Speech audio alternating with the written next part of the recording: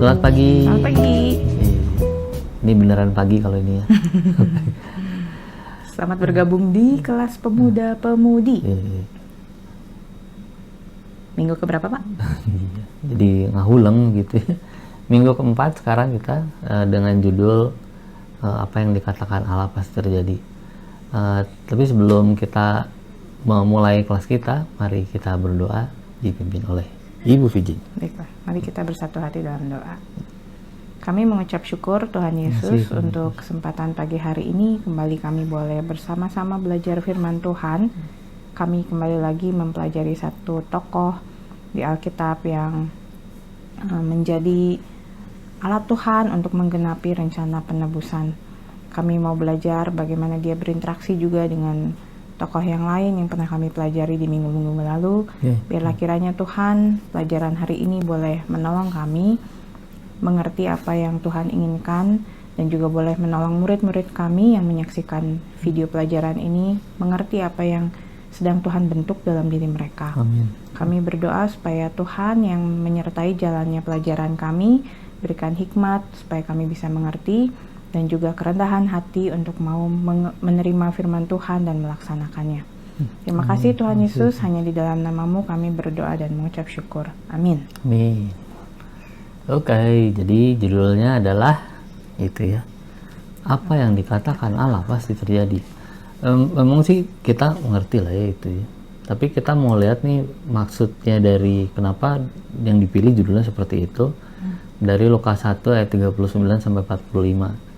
Kalau teman-teman masih ingat, ini adalah kelanjutan dari setelah bakal kelahiran Yohanes Pembaptis. Ini sekarang bicara Marianya itu ya. Dan ibunya Elizabeth. Ya, dan ibunya Yohanes Pembaptis. Oke, kita mulai dari Lukas 1 ayat 45 sebagai ayat hafalan. Lukas 1 ayat 45. Dan berbahagialah ia yang telah percaya, sebab apa yang dikatakan kepadanya dari Tuhan akan terlaksana. Ini banget ya ayat hafalannya, masih nyambung kayak hafalan minggu lalu soal jadilah perkataanmu itu ya. Sesuai perkataanmu ya. Nah, jadi poin pertama apa nih Bu yang mau kita bahas gitu. Ya, kalau waktu saya membaca nasnya, memang nasnya tuh pendek ya, 39 sampai 45 ini. Ini hanya menceritakan bagaimana Maria setelah diberitahu malaikat Gabriel bahwa dia akan mengandung, dia berangkat ke rumah Elizabeth, kerabatnya, karena dibilang sedang mengandung juga kan. Nah, lalu dia bertemu Elizabeth tuh, waktu Maria mengucapkan salam, itu Elizabeth tuh langsung kayak penuh Roh Kudus, bahkan sampai bayi dalam kandungannya itu Yohanes Pembaptis itu sampai melonjak gitu. Saya nggak kebayang sih gitu ya, bayi di dalam perut melonjak tuh kayak apa gitu ya. Karena pasti tuh apa ya, respons yang luar biasa gitu. Karena dia bisa mengenali ini yang datang bukan seorang perempuan biasa, dan bayi yang dikandungnya juga bukan bayi biasa gitu. Jadi bisa kebayang gimana situasinya buat Elizabeth tuh penuh sukacita gitu. Dia bisa bertemu dengan Maria yang sedang mengandung bayi Yesus gitu ya. Nah, lalu ketika mempersiapkan ini, saya kembali lagi ke judul tadi gitu ya. Saya jadi terpikir luar biasa ya gitu, bagaimana Tuhan dalam penggenapan rencananya untuk mendatangkan Mesias untuk menebus itu bisa melibatkan siapa aja. Kalau kita tahu ya Pak, dari pelajaran tentang Zakaria itu, Elizabeth dan Zakaria itu usianya udah nggak muda. Kalau saya lupa di buku guru atau di buku murid ada tafsiran itu usianya mungkin di atas 60 gitu. Sedangkan Maria kita tahu dari pelajaran minggu lalu tuh masih sangat muda. Jadi waktu merenungkan ini saya merasa berarti memang Tuhan bisa pilih siapa aja. Nggak terbatas usia, nggak terbatas kayak waktu minggu lalu Maria kan merasa dia kayak cuma orang Galilea gitu. Itu juga nggak membatasi Tuhan gitu. Jadi siapapun yang Tuhan sudah tentukan untuk menjadi alatnya, untuk menjalankan rencananya, ya itulah yang dipilih gitu. Termasuk minggu ini ya kita lihat ada 2 gap usia itu yang jauh banget. Ada Maria yang begitu belia dan Elizabeth yang sudah lanjut usia gitu istilahnya ya.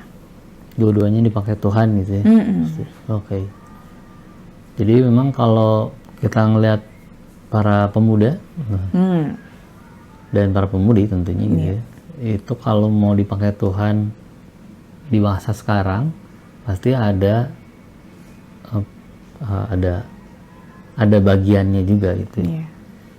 Di masa depan, di usia lanjut ada juga bagiannya. Jadi bukan berarti akan nunggu, bukan berarti si pilihan Elizabeth dan juga Maria itu jadi pattern gitu.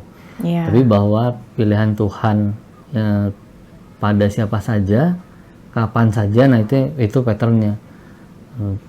Tuhan bisa panggil kita sekarang untuk jadi ambil satu pelayanan, atau Tuhan lagi mempersiapkan kita untuk satu pelayanan di masa depan gitu. Nah, itu kehendak hak prerogatif gitu ya kayaknya. Nggak bisa diutak-utik sama kita, itu pilihan Tuhan. Tuhan yang menentukan bahwa kita bisa ikut pelayanan itu atau enggak. Sebagaimana yang mengandung bukan orang Lewinya, bukan Elizabeth dan Zakaria yang mengandung Mesias itu, tapi memang sudah dari keturunan Daud, Maria dan Yusuf gitu. Nah, dan baru kepikir juga karena tadi Pak Aris yang dibilang, Elizabeth juga mungkin sudah saleh sejak mudanya, bukan enggak ya. Dia lalu menikah dengan Zakaria yang juga imam, itu juga berarti sudah dipersiapkan Tuhan gitu. Jadi teman-teman melihat teladan hidup ini juga bisa melihat ya gitu. Kesalehan itu bukan instan gitu, bukan karena usia tua Elizabeth jadi lebih soleh misalkan gitu ya, tapi itu sudah dibentuk dari masa mudanya. Kesalehan itu kan bukan itu ya Bu, orang kalau dibilang terkenal saleh gitu, di Alkitab ada juga tuh di Ananias misalnya yang mencelikan mata Paulus, di terkenalnya saleh, dia orang yang saleh. Nah itu kan bukan dia yang tulis namanya saleh ya di dada gitu, Ananias saleh gitu kan, enggak gitu. Tapi dia dikenal oleh orang Yahudi, bahkan orang Yahudi, orang Farisi dan pengikut Kristus juga mengenal bahwa dia orang yang saleh. Jadi itu bukan kemarin kita berbuat kebaikan lalu jadi sekarang dibilang orang saleh. Udah hasil hidup bertahun-tahun ya. Nah, dan masih di poin 1 sih yang kami dapat juga di buku juga dijelaskan gitu ya. Nggak masalah siapa yang Tuhan pilih. Yang penting justru bagaimana kita saling melengkapi untuk menjalankan rencana Tuhan. Kadang-kadang memang jadi mungkin kalau kayak di pelayanan gitu ya, atau di pekerjaan, sekolah juga, kalau ketemu orang yang kayaknya sama-sama pinter, sama-sama ahli di bidang itu, jadinya bukan saling melengkapi tapi rival gitu ya, kompetisi gitu kita tuh. Bahkan siapa yang lebih baik gitu. Ilmunya beda dikit jadi rival gitu. Padahal bukan itu tujuan Tuhan.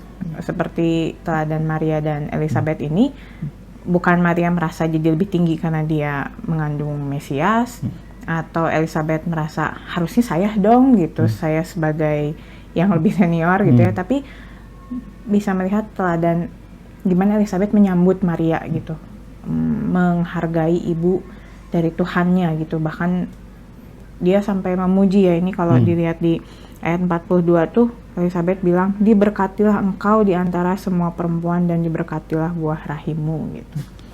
Jadi itu poin yang kita dapat juga ya waktu menyaksikan gap ini gitu ya. Oke, jadi ya yang jelas kalau teman-teman nanti ketemu di pelayanan nih, aduh sama-sama main musik, main gitar lagi sama, aduh minder dah saya gitu, atau mendingan saya gitu. Jangan ngerasa itu, tapi yang jelas pelayanan perlu banyak orang, perlu lebih banyak orang. Kalau lebih banyak pemain musik berarti kita akan rotasi gitu. Dan berarti jemaat perlu itu. Jadi Tuhan datangkan pemusik-pemusik baru. Kalau nggak ada orang, ya udah jalanin dengan segitunya. Jangan terus jadi iri gereja orang kok kayaknya banyak sekali tuh musiknya. Mari kita pindah ke sana gitu. Nggak begitu. Memang Tuhan lagi bekerja di sana dengan jumlah orang yang banyak. Atau sebaliknya, misalnya justru ketika kita ikut gereja lokal terus kok cuma segini kualitas pemusiknya gitu ya. Ya membantulah gitu karena kita punya pengalaman, punya kemampuan lebih, ya kita bisa membantu gitu. Jadi gitu ya. Iya. Pelayanan ada macam-macam lagi pula ya, bukan hanya musik doang. Ada hal-hal yang lain. Betul. Oke, juga di pelajaran sekarang adalah soal sukacita. Tapi bukan sukacita biasa ya. Ini sukacita yang bisa mengatasi gitu. Lewat. Jadi saking sukacitanya kekhawatiran hilang gitu ya. Jadi ini nggak mungkin cuma sekedar perasaan, karena perasaan mah senang itu ketika dihadapkan pada kekhawatiran bisa hilang gitu ya. Tapi ini sukacita yang melampaui kekhawatiran. Wow. Dalam nih Pak. Di ayat yang tadi itu ya, yang 42 yang tadi Ibu baca ini tuh. Yang diberkatilah itu. Ya. Elizabeth bersukacita karena bertemu dengan Maria, dan sukacitanya itu mengalahkan kekhawatiran dia gitu. Nah, kekhawatiran dia apa sih? Kalau di buku murid gimana Bu? Dijelaskan bahwa orang Yahudi kan waktu itu hidup dalam penjajahan ya, dan jadi kondisi politik ekonomi nggak bagus lah gitu, dan mengandung di kondisi kayak gitu juga bukan sesuatu yang lebih baik ya gitu. Mungkin mikirin masa depannya dan lain sebagainya kayak gitu. Tapi bisa dilihat Elizabeth tetap menerima gitu, karena ini kan si anak yang sudah dinanti juga gitu ya, Yohanes Pembaptis ini tuh. Jadi Elizabeth tetap menerima berkat Tuhan ini dengan penuh sukacita. Ketemu dengan Maria, kalau kita bahas di minggu lalu sih ya, Maria itu menerima pemberitaan dari Gabriel itu bukan tanpa beban kan. Seperti yang kita udah tahu, dia nggak bersuami, ada konsekuensi yang harus dihadapi, terutama konsekuensi sosial itu ya. Tapi mereka berdua ini tetap taat, tetap mau menerima gitu. Ya apa sih istilahnya, bukan tugas ya, yang diberikan oleh Tuhan ini gitu ya. Bagaimana mereka harus menggenapi rencana Tuhan gitu. Dan ini menjadi teladan juga sih buat kita. Kadang-kadang apa sih membuat kita juga kayak nggak merasa sukacita ketika harus melayani misalnya gitu ya. Kenapa pelayanannya gini ya? Atau ada kekhawatiran apa sih dalam pelayanan gitu ya, yang membuat kita ragu-ragu bahkan menolak gitu untuk ikut dalam pelayanan gitu ya. Paling sering tuh denger kayak gitu ya. Ya karena situasi misalnya. Ada juga kayak misalnya mau pelayanan di gereja tapi keluarga nggak mendukung. Hari Sabtu harusnya latihan misalnya paduan suara, nggak diizinin sama keluarga mau kemana gitu. Kamu lebih mentingin keluarga apa mentingin? Waduh. Ya ada sih yang kayak begitu. Jadi atau juga kondisi misalnya keuangan keluarga. Mau datang ke gereja susah, udah kita datang aja besok, nggak bisa kita datang hari ini gitu. Terbatas waktunya, terbatas biayanya tadi juga ya. Nah jadi ada banyak hal sih sebetulnya yang bisa menghalangi gitu ketika kita mau melaksanakan kehendak Tuhan. Ada kerinduan nih untuk melakukan kehendak Tuhan, tapi terbatas atau takut gitu. Nah, melalui teladan Elizabeth dan Maria ini kita bisa lihat mereka bukannya nggak ada masalah gitu ya, tetapi mereka bisa, ketika mereka menerima gitu, mereka punya kerendahan hati untuk taat, yang timbul ya sukacita gitu. Ya bukan berarti terus tadi misalnya nggak boleh latihan kur sama keluarganya terus saya tetap harus berangkat lah, itu mah bisa jadi durder bukannya sukacita ya gitu. Tetap perlu hikmat untuk mengatasi kondisi itu. Nah, memang kalau melihat dari pengalaman itu kemarin tuh kita sempat ngobrol itu juga ya, jarak tempuh yang dilakuin sama Maria biar ketemu Elizabeth tuh nggak sebentar, makanya dia juga bertahan sampai 3 bulan itu di sana untuk bisa balik lagi ke rumah. Nah, berarti kemungkinan Maria sempat ngelihat kelahiran Yohanes Pembaptis baru pulang ke rumah. Tapi itu nggak ditulis di Alkitab, hanya kita mengira-ngira aja karena 3 bulan kemudian itu mereka ketemu di usia kandungannya Elizabeth 6 bulan lalu. Tapi intinya bukan soal itu ya, intinya tadi bahwa Maria memberi perhatian khusus untuk bisa datang ke Elizabeth karena diperintahkan oleh malaikat sebelumnya ya. Iya, diberitahu sedang mengandung ini ya. Sedang mengandung.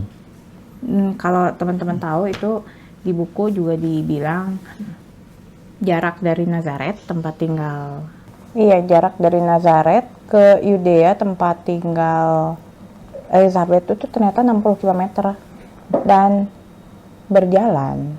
Jadi bukan mungkin pakai keledai juga sih, tapi ya kan ini keledai tunggangan. Itu tuh bukan perjalanan yang maksudnya cuma iseng-iseng doang gitu kan, harus emang mau niat mengunjungi Elizabeth. 60 kilo tuh kayak kemana ya, ke Lembang gitu ya? Lebih, Jakarta Bandung tuh 150 tuh.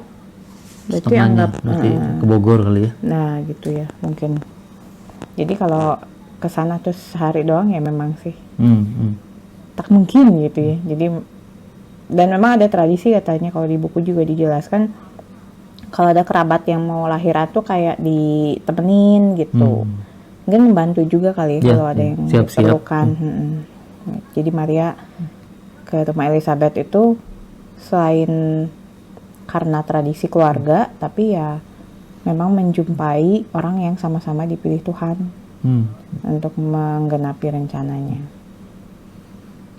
Oke, jadi buat kita sih kalau ditarik kalau dicoba tarik benang merahnya, ini soal sukacita tadi itu ya, sukacita. Nah, orang-orang yang hidupnya dipenuhi oleh Roh Kudus pasti hidupnya bersukacita. Tinggal kan bukan soal bagaimana bentuk sukacita ya, tapi gimana kita bisa selalu penuh sama Roh gitu. Menjaga selalu penuh. Karena Roh itu kalau kepenuhan roh itu kalau diibaratin kayak ada air aqua gitu di dalam kemasan gitu, terus diminum sedikit nanti airnya berkurang, nah, itu harus diisi lagi. Dia bisa diri kita itu kayak botol kemasan itu, air kemasan itu harus terus diisi supaya bisa senantiasa bersukacita dalam roh itu karena selalu diisi. Nah, diisinya gimana ya, pasti lewat firman Tuhan, lewat puji-pujian, juga lewat ibadah, persekutuan gitu, kepenuhan roh itu ya. Kayaknya kita pernah bahas juga itu di pelajaran lalu ya, kayak beberapa satuan lalu bahkan. Menarik nih. Jadi buat teman-teman itu ya, jangan lengah, jangan sampai kosong. Jangan sampai kosong. Nah, terus kalau di buku murid emang di terakhir itu ada bahan diskusinya tentang apa yang sering merintangi untuk memiliki sukacita gitu ya, waktu mau melaksanakan kehendak Tuhan dalam kehidupan kita, apa aja gitu rintangannya gitu. Kalau menurut Ibu? Kadang itu ya kekhawatiran. Khawatiran itu jadi bentuknya macam-macam, bisa khawatir saya tidak cukup baik, jadinya minder, atau khawatir saya tidak diterima gitu. Khawatir ya banyak sih ya. Nanti bentuknya jadi macam-macam, tapi hal itu udah pasti akan menghalangi kita menuju ke sukacita itu. Kan kalau kita dipenuhi kekhawatiran, di mana sukacita bisa masuk ya? Dia ya nggak terasa gitu. Ya, betul. Kan sukacita itu bukti bahwa Tuhan menyertai misalnya. Pekerjaan Tuhan nyata di dalam kita. Nah itu jadi nggak kerasa karena lebih mikirin kekhawatirannya. Oke, jadi kira-kira begitu pelajaran kita minggu ini. Iya. Kita akan menutup dalam doa. Lagi-lagi kalau teman-teman ada pertanyaan, silakan di chat atau di reply komen ya. Nanti kita bahas. Kalau nggak di reply, kalau terlalu panjang, kita bahas di pelajaran selanjutnya. Oke, kita berdoa. Ya. Terima kasih Bapak di surga, kami bisa mengikuti pelajaran pada pagi hari ini. Tuhan memberkati semua firman yang sudah ditabur. Tuhan memberkati semua informasi, bahan diskusi, juga berbagai kebenaran firman yang kami renungkan pada pagi hari ini. Biarlah semuanya jadi satu pengetahuan yang utuh untuk siap kami jalankan dalam hidup kami sehari-hari. Kami tahu kami masih banyak kekurangan, masih banyak pertimbangan yang bukan dari Tuhan, masih banyak hal-hal yang mengganggu sehingga kami kekurangan sukacita yang daripada Tuhan. Tapi kami mau belajar untuk terus bisa berserah diri, untuk terus mau dipimpin oleh Tuhan, supaya sukacita itu boleh penuh dalam kehidupan kami, dan kami boleh dipakai sebagaimana Tuhan memakai sebagaimana Tuhan memakai Elizabeth dan juga Maria. Terima kasih Bapak di surga, kami serahkan juga nanti akan ikut ibadah. Kami serahkan supaya ibadah kami boleh berkenan di hadapan Tuhan. Dalam nama Tuhan Yesus, Juru Selamat kami yang hidup, kami mau serahkan doa kami. Amin. Amin. Terima kasih teman-teman sudah menyimak. Terima kasih. Tuh, dadah. Tadi ikut dadah. Dah. Giliran dah memang dia semangat. Kiss bye dulu sama kakak-kakak itu. Itu dadah dulu sama kakak. Dah. Selamat ikut ibadah. Tuhan Yesus memberkati. Kiss bye.